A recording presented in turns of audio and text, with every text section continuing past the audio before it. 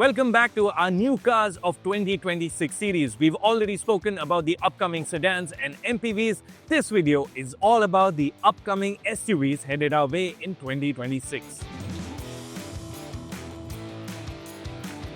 This video of our new cars for 2026 special is powered by Nayara Energy. The promise is of assured quality and the right quantity at Nayara Energy's petrol pumps. Before we get cracking, please do ensure you're subscribed to the Autocar India channel and have hit the bell icon to be notified every time we have a new video up. The third gen Audi Q3 made its global debut just a couple of months ago and it's coming to India very soon. The third generation model is slightly larger than its predecessor, but what really sets it apart is its more flamboyant styling. High-side LED DRLs with customizable light signatures and a large hexagonal grille with the Audi logo doubling as the ADAS radar cover define the front. There's more of the split lighting look at the back as well. As before, buyers will be able to choose between SUV and sportback body styles. Inside, 11.9-inch instruments and a 12.8-inch touchscreen form a curved display, while a column-mounted gear selector frees up space on the center console. Sadly, many physical buttons have been lost in the transition too. India will get the 204 horsepower 2-litre turbo petrol engine paired with a 7-speed dual-clutch transmission and standard quattro all-wheel drive. Expect prices to start at about 55 lakh rupees ex-showroom. Honda has announced plans to bring 10 new models to India by 2030. The ZR-V will be among the first on that list to arrive. The ZR-V comes from Honda's global portfolio and is a size larger than the India-made Elevate. Its 4.56 meter length, for context, makes it just a bit shorter than a Tata Harrier. The ZR-V is not a big and bulky SUV though, and the look is more low-slung crossover. The interior is fairly conventional with a freestanding 9-inch touchscreen, a 10.2-inch digital instrument cluster, and a unique push-button gear selector being the highlights. Interestingly, while the overall dimensions make the ZR-V larger than an Elevate, the wheelbase is near identical to the smaller SUV, so packaging and interior space remains to be seen. However, fuel economy could be a highlight, with Honda expected to bring the ZR-V to India in strong hybrid form. The 2-litre petrol-electric powertrain makes 184 horsepower. The ZR-V won't come cheap though. It'll be brought to India as a full import and will likely be priced in the 50 to 60 lakh rupee ex-showroom price band. Honda's Elevate will also get a mild makeover in 2026. The Honda SUV is expected to see minor updates to front and rear styling, and there'll be updates to the interior as well. Honda could also use this as an opportunity to add in more features. Ventilated front seats and a panoramic sunroof are items that would help the Elevate close the gap to rivals on this front. We don't expect changes to the 1.5-litre petrol engine or manual and CVT gearbox options. Interestingly, Honda has confirmed it's considering localizing strong hybrid powertrains such as the unit seen in the City EHEV. And if that goes through, the Elevate may also gain a petrol-electric setup. Hyundai is readying a crossover to take on the Maruti Suzuki Fronx. The model in question could be derived from the Bayon that has been on sale abroad since 2021. While the Bayon is 4.1 meters long, the version for India will measure under 4 meters to qualify for small car GST rates.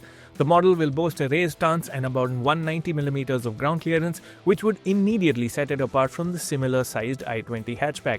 Expect the latest of Hyundai styling outside as well as the latest of tech inside, with the twin-screen curved display being among the highlights. The crossover will be offered with an 83 horsepower 1.2-litre naturally aspirated petrol engine, but the big news is that the powertrain lineup could include Hyundai's all-new 1.2-litre 4-cylinder turbo petrol unit. The engine is expected to make about 130 to 140 horsepower and will also form the base for Hyundai's strong hybrid models for India coming in the future. Hyundai's subcompact crossover, the Exter, is due to get some tech upgrades in 2026. While there will be some styling tweaks outside, the focus of the update will be inside. The redesigned dash will house a 12.9-inch touchscreen and a 9.9-inch digital instrument display. The screens will run the latest Android Automotive operating system, making it the first mass-market vehicle to use Google software. Engine and gearbox options will likely continue unchanged. The Seltos is the model that established Kia in India, and it's now here in all-new Gen 2 form. Built on a new platform, the new Seltos has grown in size and is now the longest of the mid-sized SUVs, and is second only to the Sierra in wheelbase. Exterior styling is a bit polarizing, but the interior is a very likable space. Quality is great, and the larger dimensions mean the cabin is roomy. There's also loads of features such as dual 12.3-inch screens, powered front seats with driver seat memory, and a panoramic sunroof. What is carried over from before are the engines and gearboxes. There's a 115 horsepower 1.5 litre petrol, a 160 horsepower turbo petrol, and a 115 horsepower diesel. A huge area of improvement over the Gen 1 model though is the suspension, which now delivers a more comfortable ride. Pricing is competitive, starting at 10.99 lakh rupees and going up to 19.99 lakh rupees ex-showroom. Do watch our full review of the Seltos to know more. Kia will widen its SUV portfolio in India with the launch of the Sorento. In a nutshell, the Sorento belongs to Kia's global portfolio and is a full size larger than the Seltos. It's a 7-seat monocoque SUV and will be pitched as a rival to the Jeep Meridian. The Sorento sports familiar Kia style cues, though the look might be updated by the time the model comes to India. Inside, the Sorento has a clean look with a curved display for the dash. In true Kia fashion, the model will pack in loads of features like ventilated seats, a panoramic sunroof, as well as power folding second and third rows. Engine options for India are likely to include the 200 horsepower 2.2-litre diesel shared with the Carnival, and there's also the possibility of a 227 horsepower 1.6-litre strong hybrid petrol powertrain.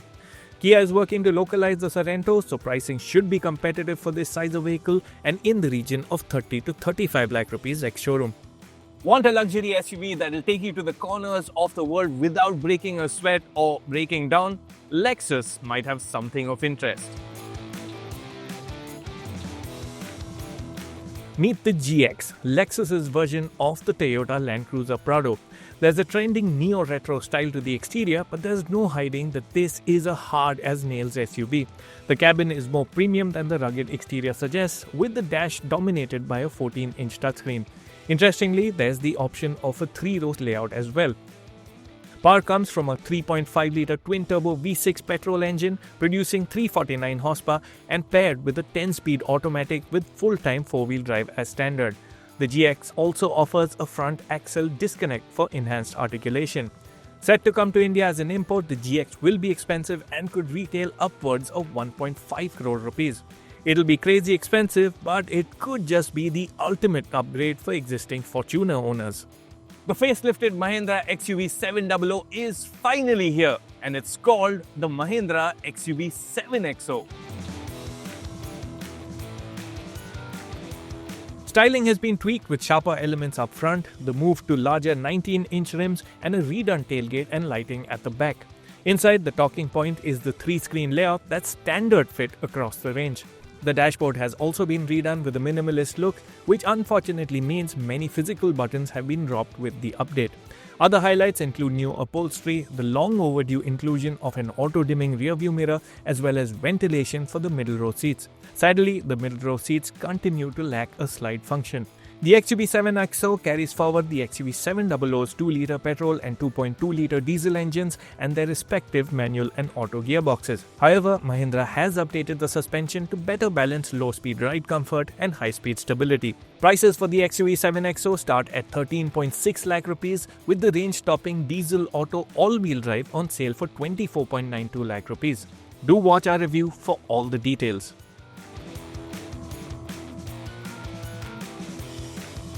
2026 will also see the arrival of the updated Mahindra Scorpio N. The Scorpio N will get a light nip and tuck for 2026, with spy shots suggesting changes to the lighting, trim elements and wheel designs. Inside, expect the 10.25-inch infotainment screen from the Thar Rocks and an uprated sound system, among other feature upgrades. The petrol and diesel engines are expected to continue unchanged, with the option of 4x4 on the latter. The Brezza is already a practical and sensible compact SUV. Maruti is set to give it updates to widen its appeal. True to Maruti tradition, the facelift will not be dramatic and changes to styling could include new look bumpers, light signatures and wheel designs. Inside too, the basic layout will not be changed. However, we expect a few features from the Victoris to trickle down to the Brezza, such as front seat ventilation, a higher spec sound system and ADAS. It'll also be interesting to see if Maruti can engineer the underbody CNG tank placement on the Brezza as well, something that'll unlock loads of luggage room on the CNG variant. The rollout of E20 was big news in 2025, but Maruti Suzuki is looking way ahead and will bring out the Fronx Flex Fuel that'll support up to E85s. Shown at the Japan Mobility Show, the Fronx Flex Fuel vehicle is developed to run on petrol containing between 20 and 85% ethanol. Cold start issues common with high ethanol blends have been worked around, with Suzuki claiming the engine can start without a block heater at temperatures as low as 0 degrees centigrade. Updates to the exterior and interior, if any, will be minimal. MG's big, literally so, launch for 2026 will be of the Majestor SUV. While the Majestor will be based on the Gloster, MG will pitch it as a more upmarket model. In look, the Majestor will be identifiable by its bolder front-end styling as well as a connected look for the tail lamps. There'll be a new look for the 19-inch alloy wheels as well. Spy shots suggest a spruced-up interior and redone dash as seen on the international market Maxus D90, on which the Majestor is based. There's the incorporation of a freestanding touchscreen on the dash, chunkier AC vents and a redone center console with dials for the four-wheel drive systems. Like the Gloster, the Majestor will be a three-row SUV. The Majestor will share the Gloster's 2-litre diesel powertrain, though it is possible a 48-volt mild hybrid system could be incorporated to up efficiency. Renault Duster fans, save the date. Jan 26 is when your beloved SUV returns to India. If you're on YouTube, chances are you've been bombarded by Duster ads already. Fact is that the Duster's return is a big deal for Renault. In look, the Gen 3 Duster retains the chunky stance of the original Gen 1 model that we formerly got in India. The latest model is more squared out, and helping the outdoorsy appearance is generous plastic cladding at the bumpers and angular wheel arches. At the back, their attractive C-shaped full LED taillights, and unique for India will be a light bar. The new Duster carries the rugged and utility-driven look into its cabin too. The dashboard is nicely turned out and angles the center console towards the driver. Taking pride of place here is a 10.1-inch touchscreen unit. Renault says that the new Duster is roomier than the model it replaces, with greater shoulder room being a highlight. Colors and materials are expected to be spruced up for the India market model, and the feature set will also be longer, with a 360-degree camera and ADAS being likely inclusions. Like many SUVs it'll be up against, the Duster will be a petrol-only model now. Engine options will include a 150 horsepower 1.3-litre turbo petrol and a 100 horsepower plus version of the Kaiga's 1-litre turbo petrol. A strong hybrid is also understood to be in the works for India. As before, front-wheel drive will be standard and all-wheel drive will be an option. We'll get our first good look of the India market model on the 26th of Jan, so stay tuned for a detailed walk-around and all the added info. While the Renault Duster will be a 5-seater, a 7-seat derivative is also being readied for launch. Yes, a larger Duster is also coming this year. The Hyundai Alcazar rivaling model will feature a longer body and a few distinct style elements to set it apart from the standard SUV. The interior could also get a different color theme, though the biggest difference will be the inclusion of a third row of seats. A 150 horsepower or so 1.3-litre turbo petrol engine will be the mainstay of the range, and a hybrid is also on the cards in the future. The name, however, remains uncertain for now. Bigster and Boreal are frontrunners, though Renault could still choose to incorporate Duster into the badge. Remember the Nissan Tekton? Well, the new Tekton is its spiritual successor. The Tekton will be unveiled on February 4, just over a week after the Renault Duster makes its India debut. It's a point to bring in because the Tekton is effectively Nissan's version of the Duster, in the same way the Terrano was related to the Gen 1 Duster. However, there is promise of greater visual differentiation. Sketches show a different front end with a light bar and different headlights, C-shaped detailing on the bumper, as well as redone tail lighting. Inside, the basic layout will be shared with the Duster, but teasers suggest different colors, including a bronze strip that runs the width of the dash.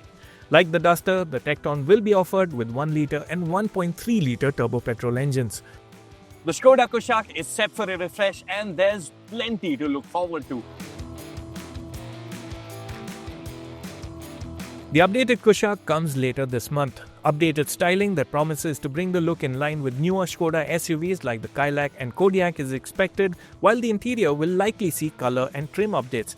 However, the updated Kushaq will pack in more features, with likely additions being a 360-degree camera, level 2 ADAS, a panoramic sunroof, as well as a segment-first rear seat massage function. The updated Kushaq will also get an uprated air conditioner that will provide stronger cooling, addressing one of the model's key weaknesses since launch. While the 1 litre and 1.5 litre turbo petrol engine options will continue as is, the big news is that the smaller engine 6-speed automatic transmission will make way for a more efficient 8-speed unit. Small, tough and lovable as it may be, the Tata Punch has been long overdue for a refresh. And the model is now here. Styling sees a refresh with a redone front end. The grille makes way for a black panel between the high-mounted LED DRLs, the headlights have been reshaped, and the bumper itself is completely redesigned.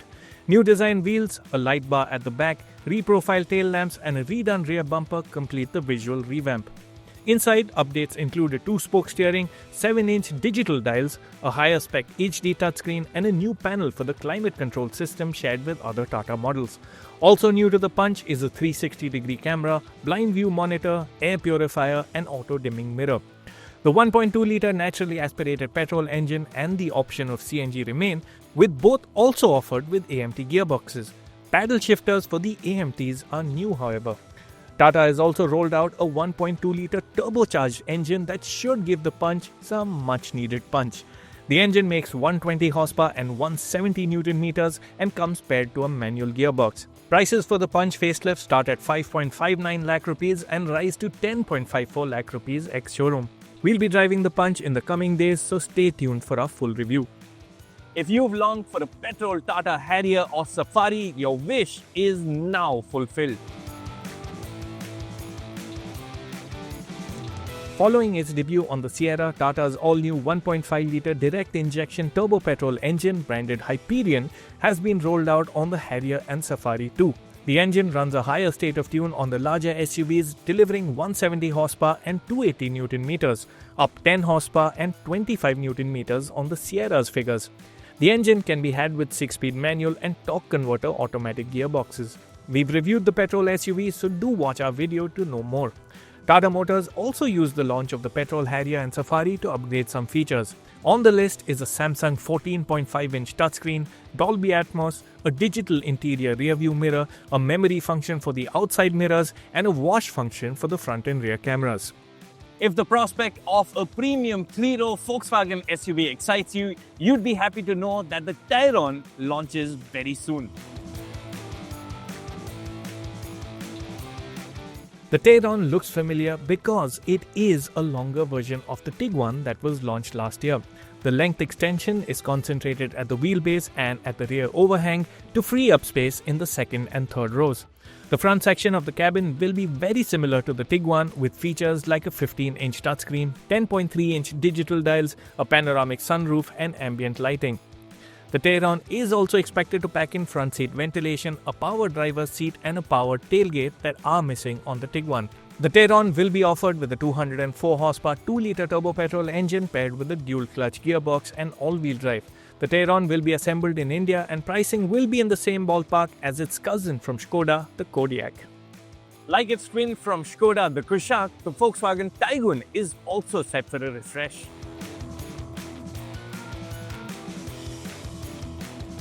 There'll be styling tweaks outside and in, but the bigger news will be the longer feature set. Expected additions include a 360-degree camera, level 2 ADAS, a panoramic sunroof, as well as a rear seat massage function. The 1-litre engine and the manual gearbox it comes paired to will continue as is, but the 6-speed auto will eventually make way for a more efficient 8-speed unit. The 1.5-litre turbo petrol engine will continue as is with its manual and 7-speed DSG gearbox options. The Kayak compact SUV has pushed Skoda's sales to the next level. Volkswagen will be hoping to repeat that magic with its version of the SUV. A compact SUV wasn't part of Volkswagen's game plan, which should explain why the model is so delayed. The compact SUV will share much with the Kaylac, and visually a different front end and redone tail lamps will help establish this as the VW model. Inside too, the touchscreen, digital dials, climate control unit and seats will be shared, but VW will add in its own colors and effects. The 115 horsepower 1-litre turbo petrol engine will likely be the sole engine of choice, but fingers crossed a 1.5-litre turbo petrol might just be used to power a GT version. Won't that be sweet? And with that, it's a wrap on episode 2 of our new Cars for 2026 special powered by Nayara Energy. Stay tuned because in our next video, we'll talk of upcoming EVs of all shapes and sizes.